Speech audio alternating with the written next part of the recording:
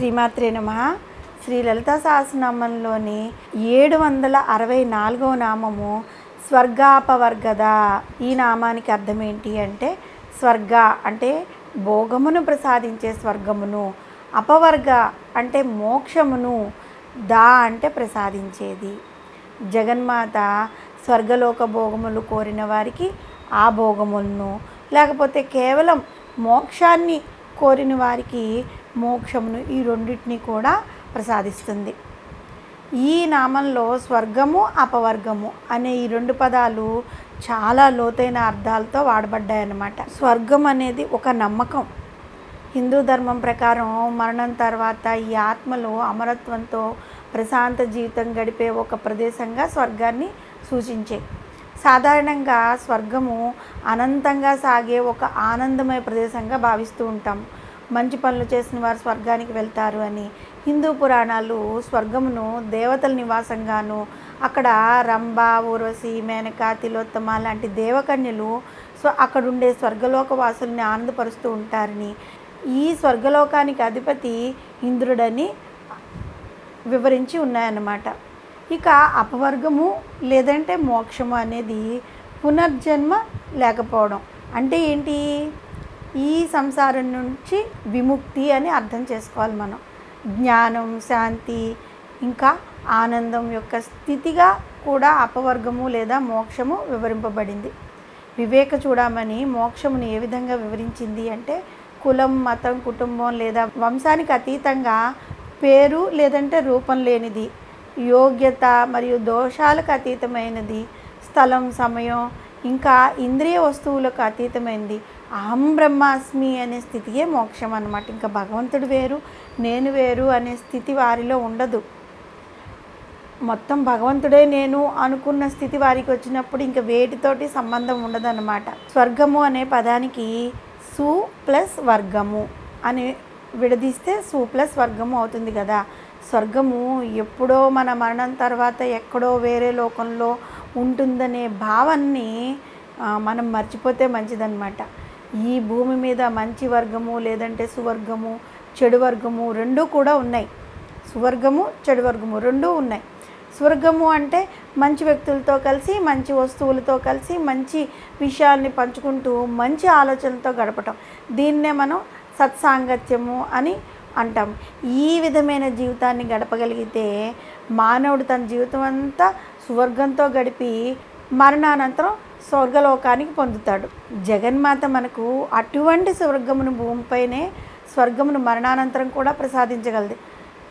ఇక స్వర్గమునకు అపవర్గమునకు గల తేడాని కనుక మనం గమనిస్తే, స్వర్గము లేదా స్వర్గము అంటే మంచివి అనుకున్న వాటిని దగ్గరకు తీసుకోవడము, అటువంటి మంచి వాటి మధ్య జీవితాన్ని గడపడం అయితే, అపవర్గము అంటే ఏంటి?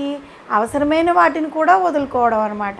ఈ ప్రాపంచిక లంపటాలని దూరంగా ఉంచడం, అక్కర్లేని చెత్త అంతా మనకే కావాలని భావించడం, ఈ విషయాల వలన పునర్జన్మ రాహిత్యము అంటే మోక్షం, ఇవన్నీ పక్కన పెట్టేస్తే పునర్జన్మ రాహిత్యం అంటే మోక్షం మనకి లభిస్తుంది.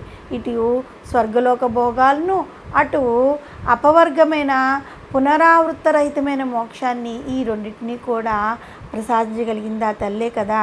కాబట్టి వసన్నాది వాగ్దేవతలు ఆ తల్లిని స్వర్గాపవర్గద అనే నామంతో కీర్తించారు. ఇక మనం ముందుగా అనుకున్నట్లుగా మరణానంతరం స్వర్గలోక ప్రాప్తి అనేది జీవితంలో మనం ఆచరించిన పుణ్యకర్మ ఫలితములను బట్టి ఉంటుందన్నమాట. ఈ పుణ్యకర్మల ఫలితములను స్వర్గలోకంలో అనుభవించగానే మళ్ళీ తిరిగి భూలోకంలో జన్మించవలసి ఉంటుంది. కానీ అపవర్గము అటువంటిది కాదు. మనం జీవితకాలంలో మనం ఆచరించే కర్మల యొక్క ఫలితాలని ఆశించకుండా వాటి ఫలితాలని భగవదార్పణం చేయగలిగితే, పుణ్యము, పాపము ఈ రెండిటి ఫలితాలు మనకి అంటకుండా మరణానంతరం మరుజన్మ అంటూ లేకుండా పునరావృత్తి రాహిత్యమును జగన్మాత మనకి ప్రసాదిస్తుంది. అలాగని పాపాలు చేసేసి ఆ ఫలితాలను నీకే అర్పిస్తున్నానమ్మా, పుణ్యఫలితం మాత్రమే నాకు అని మనం భావించకూడదు. ఇక అపవర్గము 3 రకాలుగా విభజించవచ్చు అన్నమాట. జీవించి ఉండగానే కర్తృత్వము, భోక్తృత్వము, సుఖదుఖాలకు అతీతమైన స్థితి బ్రాహ్మీ స్థితి అంటారు. దీనిని జీవన్ముక్తి అని అంటూ ఉంటారు. స్థూల దేహాన్ని వదిలి మరలా దేహమును పొందని స్థితిని దేహముక్తి అంటారు. అంటే ఈ దేహాన్ని వదిలివేసేస్తారనమాట, దేహముక్తి. ఇక కేవలం జ్ఞానమునే పొందదగినది అఖండ ఆనంద స్వరూపమైనది క్రమముక్తి లేదంటే కైవల్యముక్తి. ఆ తల్లి స్వర్గభోగాలను, అపవర్గమును లేదంటే మోక్షాన్ని ప్రసాదించగలదు. కాబట్టి ఈ రెండిట్లో ఏది కావాలి అనే విషయాన్ని మనమే నిర్ణయం తీసుకోవాలి. ఈ విధంగా స్వర్గాపవర్గద అనే నామంతో అమ్మవారిని కనుక మనం కీర్తించినట్లయితే, పూజించినట్లయితే, ఈ నామంలో చెప్పుకున్న విధంగా స్వర్గాపవర్గద అంటే స్వర్గలోక భోగములను, అపవర్గద అంటే మోక్ష మార్గాన్ని, మోక్ష స్థితిని అమ్మవారు ప్రసాదిస్తారు. స్వర్గలోక భోగాలను అనుభవించిన తర్వాత మన కర్మము తీరిపోతే, మనం చేసుకున్న పుణ్యఫలితముల యొక్క ఫలితము అయిపోతే మళ్ళీ తిరిగి జీవితాన్ని అంటే భూమి మీద మళ్ళీ పుట్టడం అన్నది తథ్యం.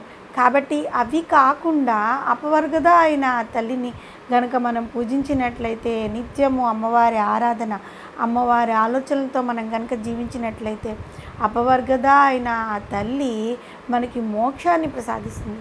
ఆ తర్వాత మళ్ళీ జన్మించాల్సిన అవసరం ఉండదు కదా. అది అత్యంతమైన శాంతికి మన ఈ జీవుణ్ణి తీసుకెళ్తుంది. శ్రీమాత్రే నమః.